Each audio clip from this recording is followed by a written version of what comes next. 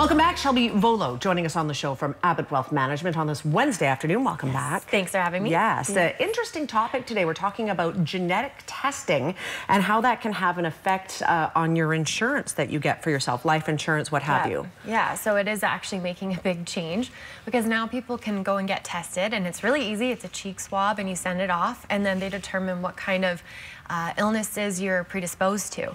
So it's kind of like anti-selection at this point, because insurance carriers, since this new rule got put into play, they cannot ask you if you did genetic testing. So you might know you're prone to cancer, so you're going to rush out and go buy critical illness insurance because you know you're going to claim on it. Yeah. So it's really posed a really big upcoming change that should be happening shortly. This is going to become a mandatory thing? No, you don't have to do it, but you don't have to tell the carrier that you did have the testing and you know you're going to have a high chance of getting this. Yes. So then they are insuring you, but it's a huge risk because now you know you're going to get it. Right. And that's why you bought the coverage. Okay. So it's just going to really change critical illness going forward. The changes haven't been made yet, so that's kind of why we're talking about it today, because now is the time to buy that kind of coverage. So I did do a little PowerPoint here. Okay, let's get to the first slide. Genetic testing, a whole new era. Let's go to the next one. So it kind of explains genetic testing. So it's exactly what I said. It figures out if you have a genetic predisposition, disease, or condition. And it's a simple blood sample or cheek swab. And then the test results tell you the likelihood of you developing that disease. And you probably don't know the answer to this. I just wonder how many people have this done. I've actually heard more and more people are doing it, and it costs about $300 to do, I heard. That's not that much money. No, it's definitely not an unrealistic number to be paying to find that out. It's just, you know, do you want to know as well? Yeah, so that's another big question. Yeah, let's go to the next slide. Yeah.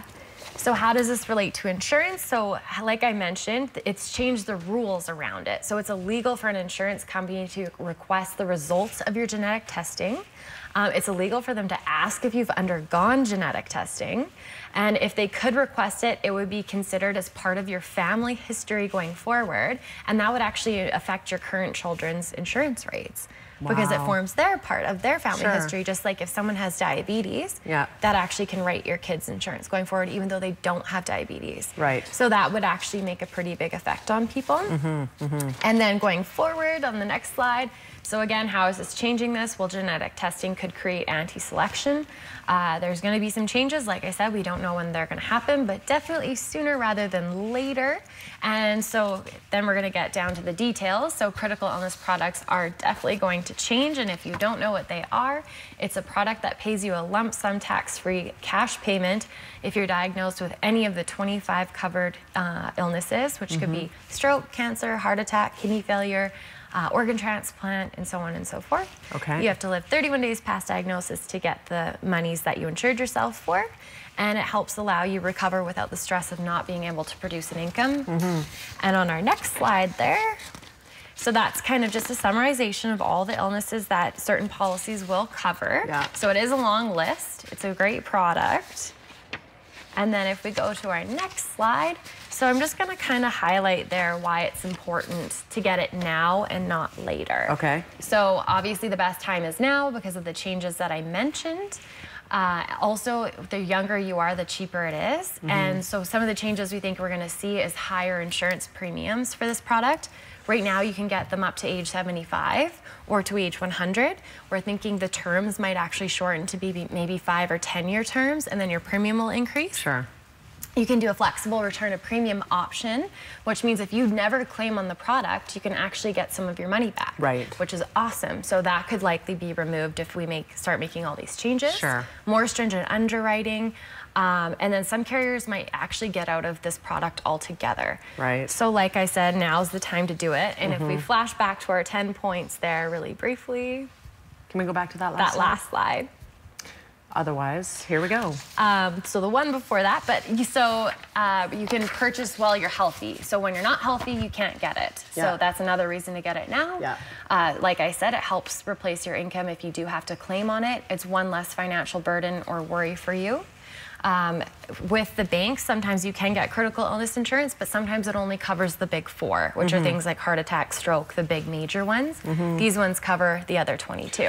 So fast forwarding to the future, the thing that I'm wondering is, say, you know, a couple of generations from now, I wonder if they will have mandatory genetic testing, so there is no guesswork for these companies. If you're predisposed to cancer, Alzheimer's, stroke, dementia, you're automatically going to pay a higher premium because they demand you get that cheek swab. Do you think it'll come to that? I don't know, because this whole entire rule was put in place because it's considered discrimination, and it's considered people's privacy, and it's confidential, and it's up to them to know that or not know what they're gonna have or not have.